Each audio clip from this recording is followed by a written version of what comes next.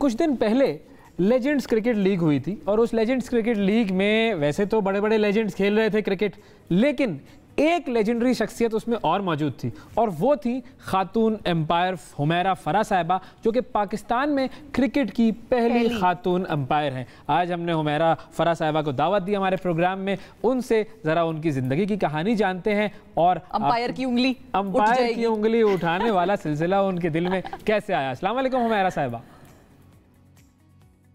वालेकुम अस्सलाम अवैस, कैसे हैं? शिफा, आप कैसी हैं? अल्हम्दुलिल्लाह जी, ठीक ठाक। आप बताएं, आप ठीक है? ये ज़रा स्टोरी तो अपनी सुनाएं, मतलब ये तो बड़ा अनकन्वेंशनल सा एक फील्ड है जहां आप आई हैं। अंपायर बनूंगी मैं बड़े होकर। जी, कभी सोचा नहीं था कि मैं अंपायर बनूंगी, लेकिन ये कह लें कि हादसाती तौर पे, क्योंकि मेरी कुछ आदत इस तरह की है कि मैं कुछ ना कुछ नया करती रहती हूँ। और जब से मैंने मास्टर्स किया स्पोर्ट्स साइंसेज में, उसके बाद से मैंने अनकाउंटेबल रिफ्रेशर कोर्सेज़ किए, कोचिंग कोर्सेज़ किए, एम्पायरिंग कोर्सेज़ किए। और इसी तरह जब 2005 में पाकिस्तान क्रिकेट बोर्ड ने वुमेन विंग को इस्टेब्लिश किया, अपने अंडर अम्ब्रेला लिया, तो उन्होंने 2005 में एम्पायरिंग एंड कोचिंग कोर्स भी अनाउंस किया जी। तो जैसी मेरी आदत थी, मैंने एम्पायरिंग कोर्स में अपने आप को रजिस्टर्ड करवाया और अल्हम्दुलिल्लाह 2005 में मैंने इसको पास किया और 2005 से लेके 2020 हो गया। अल्हम्दुलिल्लाह मैं इसको कंटिन्यू किए हुए हूँ और पीसीबी के पैनल पे हूँ। तो आप हॉकी खेलती थी पहले और हॉकी से फिर ये क्रिकेट एम्पायरिंग तक का सफ़र, ये स्विच कैसे आया? मैं सिर्फ हॉकी नहीं अवैस, मैं और भी बहुत सी गेम्स खेलती थी, उसमें क्रिकेट भी थी और क्रिकेट भी मैंने एचईसी लेवल तक खेली है। और लेकिन जो क्योंकि 2005 से पहले क्रिकेट का कोई इतना स्कोप नहीं था, ये बना 2005 के बाद जब पीसीबी ने इसको अंडर अम्ब्रेला लिया। तो उससे पहले सिर्फ ओन करती थी डिपार्टमेंटल टीम जो थी, वो सिर्फ रेलवेज़ बनाती थी और मैंने सभी स्पोर्ट्स किए हैं। और जब 2005 में मैंने इसको किया तो फिर मैंने इसको कंटिन्यू रखा और ये उसी का समर था, मुस्तकिल में राजी थी कि पेशेंस के साथ काम लिया और अल्लाह ताला ने इतना बड़ा मुझे ऑनर दिया और मैं इसको आज जिस जगह पे बैठी हूँ प्राउड फील करती हूँ कि मैं पाकिस्तान की पहली इंटरनेशनल अंपायर बनने का एजाज़ हासिल हुआ है मुझे। तो आपकी जो फैमिली है, फ्रेंड्स हैं, वो क्या कहते थे? मतलब शुरू में जब आप कहती थी मैं अंपायर हूँ या अंपायर बनने लगी हूँ, मैं उसकी ट्रेनिंग्स हासिल कर रही हूँ और मैं अंपायर बनूंगी इंशाल्लाह, तो उनका उस वक्त क्या रिएक्शन होता था?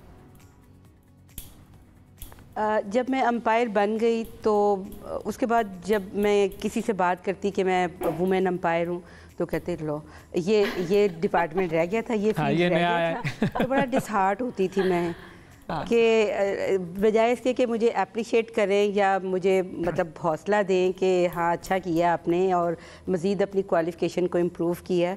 तो और शुरू में कोई इतना मतलब अच्छा एक्सपीरियंस नहीं था और लेकिन ग्रेजुअली आगे बढ़ती गई और उसमें पीसीबी ने मुझे बड़ा सपोर्ट किया। उसके अलावा मेरे जो सीनियर्स थे, जो अंपायर होते हैं, उन्होंने भी मुझे बड़ा सपोर्ट किया और मैंने बहुत कुछ अपने सीनियर से सीखा।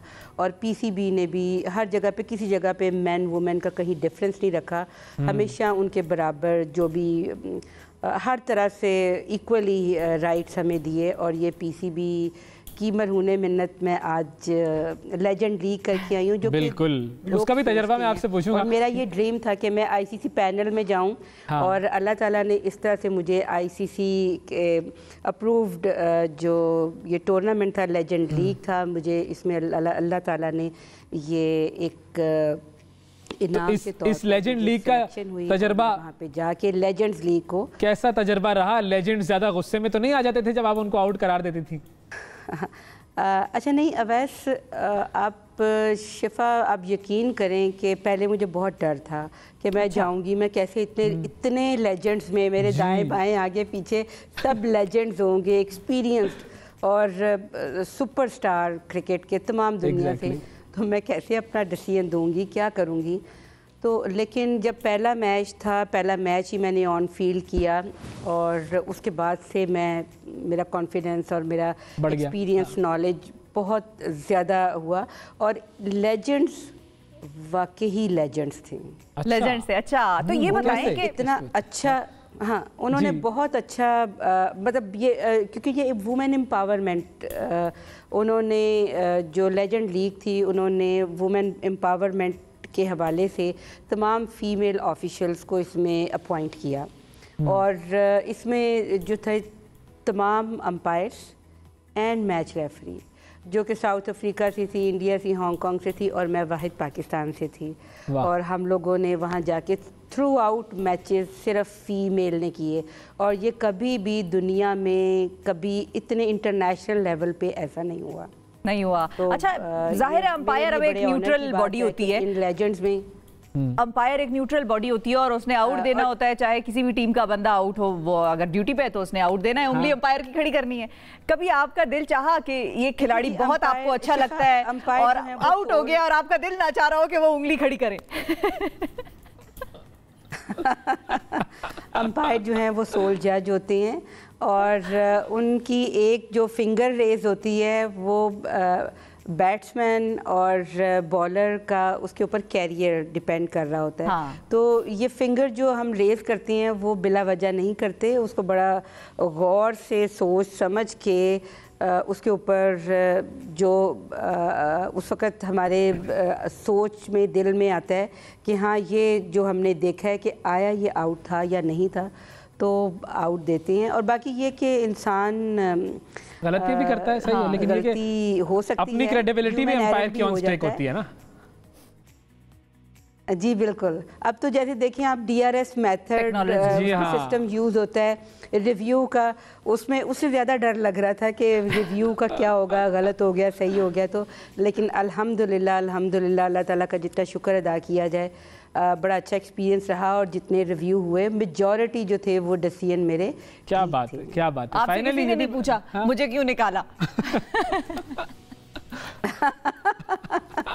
नहीं, ऐसा नहीं हुआ, बल्कि बहुत सी जगहों पे बहुत बड़े लेजेंड्स को जब आउट दिया तो वो उन्होंने रिव्यू लिया कि ये LPW के ख़ास तौर पे। हाँ। तो रिव्यू लिया उन्होंने, लेकिन जब वो बड़ी स्क्रीन पे गया और उस वक्त दिल धक धक धक धक कर रहा होता है कि अब क्या होगा, तो लेकिन ये है कि वो जो डिसीजन दिया था आउट का या नॉट आउट का, तो अल्हम्दुलिल्लाह वो ठीक था। उससे फिर मज़ीद इनकरेजिंग और कॉन्फिडेंस बिल्डअप होता है कि अच्छा ठीक है अब बॉल यहाँ पे पड़ी है, ये ऐसे बॉल ने बाउंस किया है तो यहाँ पे लगा है तो ये आउट था, मेरा डिसीजन सही था। तो इस तरह से मैंने बहुत कुछ सीखा वहाँ से। फाइनली हमें ये भी बताइए कि और लड़कियाँ ख़वातीन जो कि इस शोबे में आना चाहें उनके लिए आप क्या रेकमेंड करेंगी, क्या पढ़ें, किस तरीके से ट्रेनिंग्स लें, ये ज़रा बताइए प्लीज़।